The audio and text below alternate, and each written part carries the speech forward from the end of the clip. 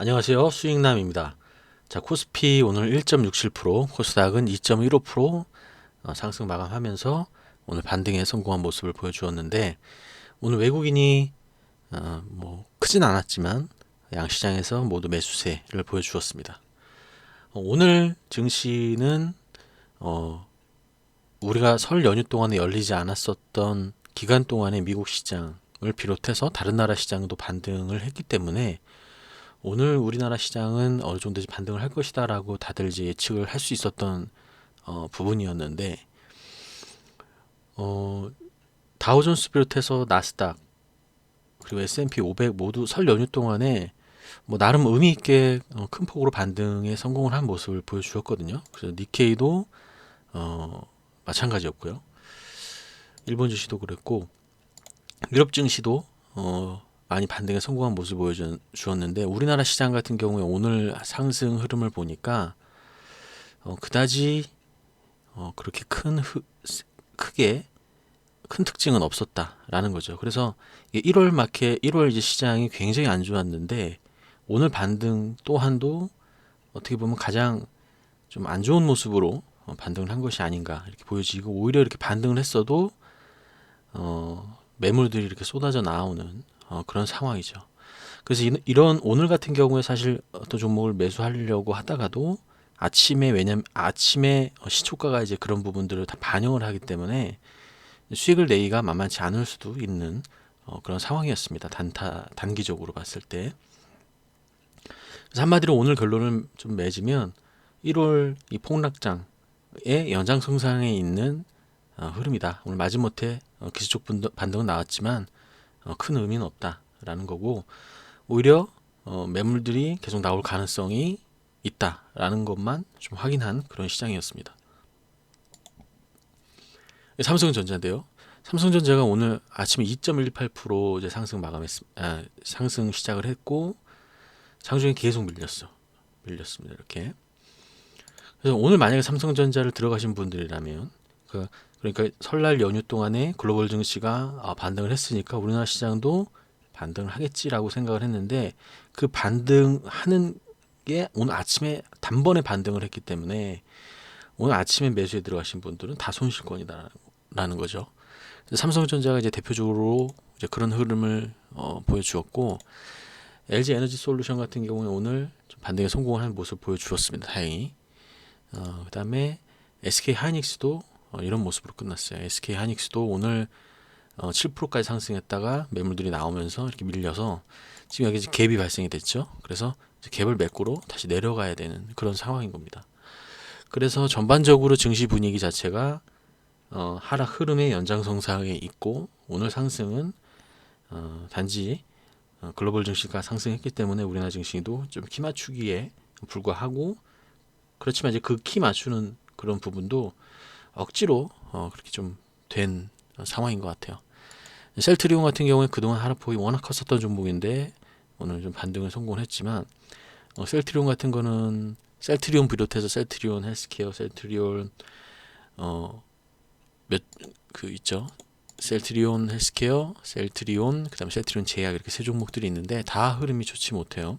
이제 분식 회계 관련한 이슈도 있고, 그래서 이제 그런 것들이 주가를 누르는 형국인데, 예전에 이제 분식회계라고 하면은 삼성바이오로직스가 있었습니다. 삼성바이오로직스가 예전에 상장하고 나서 얼마 있지 않은 그런 상황에서 거래도 정지가 되었었던 그런 기간도 있었고, 그때 이 분식회계 이슈가 굉장히 있었죠. 그래서 이때 거래가 정지되었었던 그런 상황이었죠. 이때가 뭐 회계장부에 대해서 얘기가 좀 많이 있었는데, 이제 그런 의혹들이 풀리고 결국 이제 다시 거래가 재개가 되고 나서도 한동안 주가가 이렇게 좀 많이 흔들린 상황이었는데, 결국 이제 이것들이 이제 실적으로 그리고 코로나로 이제 극복이 된 그런 상황입니다. 그러나 이제 셀트리온 같은 경우는 좀 삼성 바이오로직스하고 다를 수 있다. 저는 이제 그렇게 보여지고, 사실 대표 종목인데 코스피의 대표 종목이고 코스닥의 1등 종목인데, 만약에 이제 그런 부분들에 대해서 지금 시장에서 우려하는 분식 회계가 사실로 드러날 경우에는 이 바이오 종목뿐만 아니고 다른 투자 심리에도 좀 악영향을 미칠 가능성이 있다. 그거를 좀 염두에 두어야 되는 상황이고, 지금 개별적으로 종목들이 그다지 이렇게 우호적인 종목들은 오늘 없었어요. 그러니까 오늘 뭐 특별히 어떤 것들에 의해서 주가가 상승한다거나 그런 종목들은 없었죠.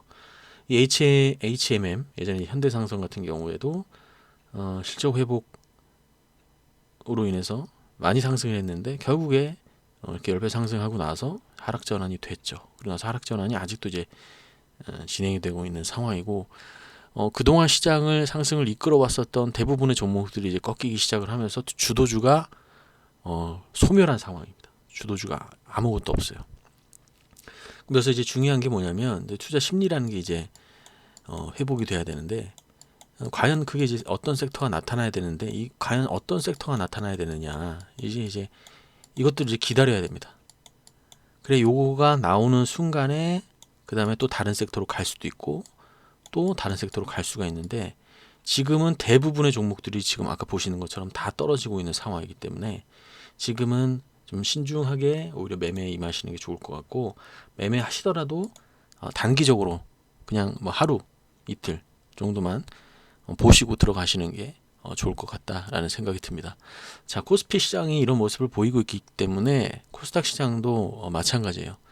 코스닥 시장도 마찬가지고, 뭐 진단키트 관련 종목들이 좀 움직였죠. 이제 그런 종목들, 그리고 뭐 코로나 관련주들 움직였었는데, 사실 뭐 코로나 관련주들을 지금 이제 매수하기에는 좀 그렇고, 그렇다 보니까 뭐 단기적으로만 대응을 해야 되는 부분입니다. 그리고 이미 이제 이것도 바닥권에서 거의 이제 상한가 2번 나왔기 때문에 주가 상승을 기대하기에는 좀 쉽지는 않을 것 같고, 그래서 전반적으로 주도주가 부재한 현 상황에서는 좀 더 신중히 시장을 관망하는 것도 굉장한 지혜다, 이렇게 보여집니다. 그래서 지금 단기적인 시각으로 봤을 때는 이제 그런 부분들을 우리가 무시하고 시장을 볼 수는 없죠. 그러니까 예를 들어서 뭐 대선 같은 그런 이슈가 물론 있죠. 대선 같은 큰 이슈가 있고, 대선 이후에 그 대선 후보가 된, 그러니까 대통령이 되는 어떤 그런 사람의 정책주들 뭐 이런 것들이 다시 이제 증시에서 이제 활기가 돈다라고 한다면, 이제 그것들이 시장에 온기를 좀 주어줄 만한 그런 이슈는 되겠지만, 지금 현재는 뭐 그거 외에는 특별한 이슈가 보이지 않는다라는 거고, 지금은 사실 이제 금리 인상을 한다라는 거는 경기가 좋아진다라는 거죠. 그래서 경기가 좋아진다라는 거는 사실 주식시장에는 호재인데, 지금은 이제 그런 부분들이 아예 보이지 않는 상황이죠. 지금은 이제 금리 인상에 대한 그런 우려의 어떤 눈초리가 지금 시장을 지배하고 있기 때문에, 그러나 이 긴 터널은 언젠가 또 끝나게 돼 있습니다. 지금 이제 암흑 같은 시기를 지나고 있지만, 언젠가 이 시간이 지나고 나면 반드시 빛이 보이고, 그 이후에 어떻게 흘러갈 것인지에 대해서 흐름이 다시 나온다는 거죠. 그래서 이 터널 안에 있을 때는 시장을 주시하고 있다가 어떤 이슈로 해서 주가가 움직이는지 이런 것들을 잘 판단을 하고, 결국에 시장은 장기적으로는 상승할 수밖에 없기 때문에 이제 그런 마음을 가지고 대응을 하면 될 것 같습니다. 사실 오늘 뭐 좋은 말씀 좀 드리고, 이런 종목 저런 종목들 한번 보셨으면 좋겠다 이렇게 말씀을 드리고 싶지만, 시장 상황이 이렇기 때문에 오늘 시장 상황에 대한 설명을 위주로 말씀 드렸습니다. 자, 오늘 영상 이것으로 마치도록 하겠습니다. 감사합니다.